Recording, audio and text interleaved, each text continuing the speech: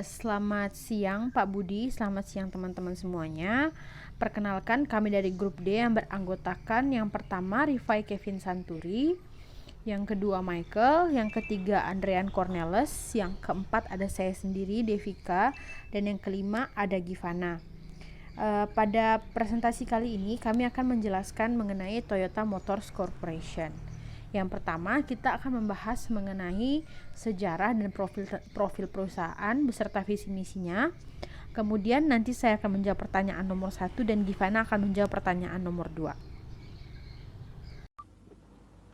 Perkenalkan, nama saya Michael, NPM 180324029. Sebelum kita masuk ke sejarah perusahaan Toyota di Indonesia, di sini saya akan menjelaskan perusahaan Toyota pertama, yaitu perusahaan Toyota adalah salah satu produsen mobil terbesar di dunia, perusahaan yang bermarkas di Tokyo, Jepang, yang didirikan pada 20 Agustus 1937. Pendiri Toyota adalah Kiichiro Toyoda, sang penerus industri Toyota yang semula membuat mesin jahit pada awal 1900-an. Mobil pertama yang diproduksi di Indonesia bukanlah mobil asal Jepang, tetapi dari Amerika Serikat. Produsen pertama yang membuat mobil di tanah air adalah General Motor yang mendirikan pabrik di Tanjung Priok pada tahun 1920. Menurut wartawan otomotif di Indonesia, James Luhu 5 dalam sejarah mobil dan kisah kehadiran mobil di negeri ini, pabrik tersebut ketika itu masih terbatas untuk merakit beberapa komponen menjadi mobil utuh. Pada 1938, pabrik diperluas dan menjadi pemasok utama mobil-mobil Amerika sebelum dikirim ke kota-kota besar seperti Surabaya, Yogyakarta, Jakarta, dan yang lainnya. Akhirnya setelah konferensi meja bundar ditandatangani pada 1949, Belanda menyerahkan kedaulatan ke Indonesia tanpa syarat dengan situasi ekonomi berlangsung membaik. Sejarah selanjutnya akan dilanjutkan oleh teman saya. Selamat siang, saya Andrean Cornelis akan menjelaskan mengenai sejarah berdirinya Toyota di Indonesia. Toyota di Indonesia ditandai dengan berdirinya PT Toyota Astra Motor pada tanggal 12 April 1971. PT Toyota Astra Motor ini mendirikan pabrik perakitan pada tanggal 21 Agustus 1973 karena permintaan pasar di Indonesia semakin meningkat. Pendirian pabrik mesin oleh PT Toyota Engine Indonesia di Sunter ini pada tanggal 20 Desember 1982 dan pabrik ini mulai beroperasi pada tahun 1985. Toyota Astra Motor, Multi Astra, Toyota Mobilindo, dan Toyota Engine bergabung menjadi satu perusahaan pada tahun 1989. Lalu Toyota Astra Motor dan Toyota Manufacturing Indonesia memisahkan diri dan berfokus pada target pasar masing-masing pada tahun 2003. Toyota Astra Motor merupakan perusahaan joint venture antara PT Astra International dan Toyota Motor Corporation. PT Astra International ini memiliki 51% saham dan Toyota Motor Corporation memiliki 49%. Toyota Astra Motor ini menjual produknya untuk banyak organisasi internasional. Sekian penjelasan dari saya, terima kasih. Baiklah, saya Rifai Kevin akan melanjutkan tentang visi dan misi yang dimiliki oleh Toyota Motor Corporation. Yang pertama, visi. Toyota Motor Corporation memiliki visi yaitu menjadi perusahaan otomotif yang paling sukses dan dihormati di kawasan Asia Tenggara dengan memberikan pengalaman terbaik dalam kepemilikan kendaraan. Selanjutnya, misi. Toyota Motor Corporation memiliki misi yang meliputi antara lain, yang pertama secara berkesinambungan menyediakan produk dan jasa yang berkualitas tinggi serta memenuhi kebutuhan pelanggan melalui program pemasaran yang terbaik. Yang kedua, mengembangkan karyawan yang berkompeten dengan menciptakan lingkungan kerja yang baik untuk mendukung tercapainya kepuasan pelanggan. Yang ketiga, memperkuat kolaborasi dengan produsen, dealer utama, dan dealer-dealer melalui komunikasi dan kerjasama yang lebih baik. Dan yang terakhir, untuk mengembangkan operasi perusahaan yang sehat dalam segala aspek, misalnya pemenuhan peraturan, lingkungan, dan lain-lain.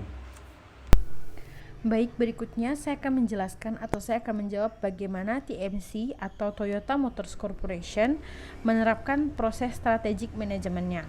Nah, di dalam strategic management itu ada 4. Yang pertama, environmental scanning. Yang kedua, strategy formulation.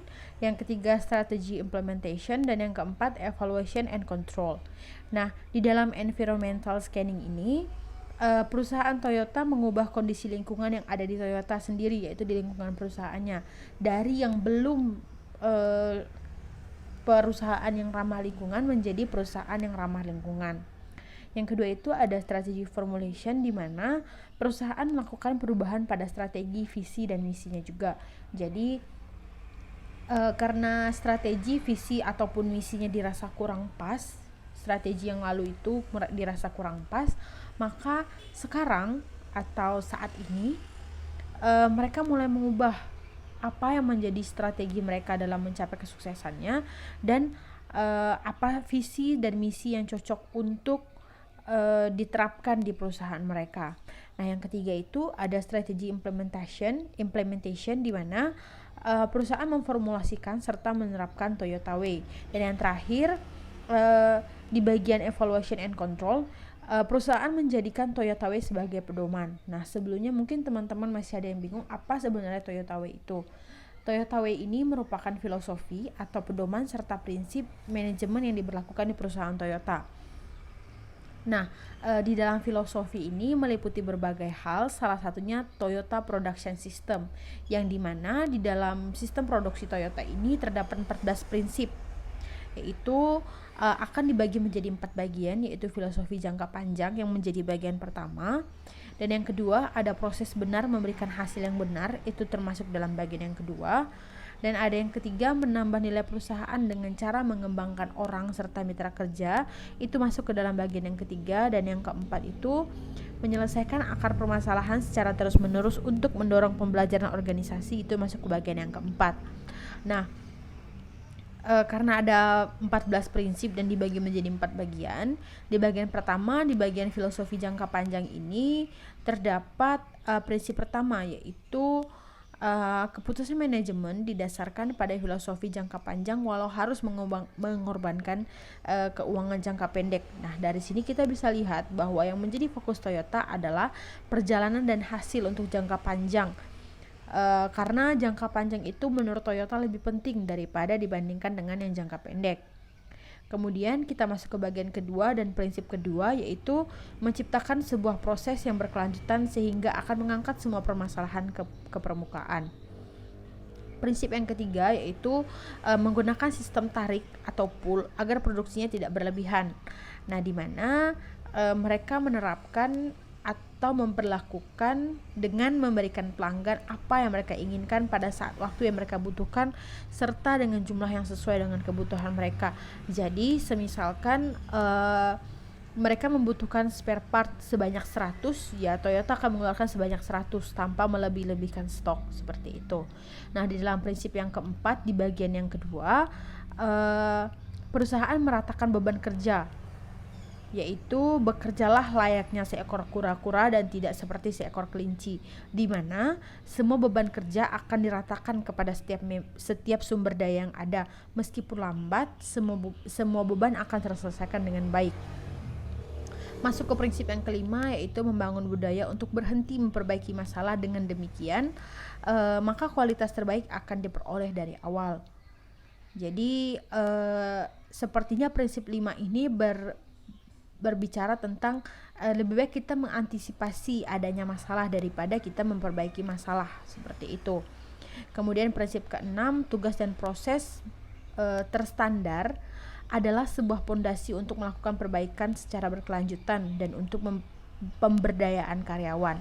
Nah, metode ini atau prinsip ini sudah terbukti stabil dan bisa digunakan terus secara berulang-ulang tanpa melupakan aspek perbaikan jika dibutuhkan. Mulai dari tugas, proses dan kemampuan karyawan akan terus menjadi lebih baik.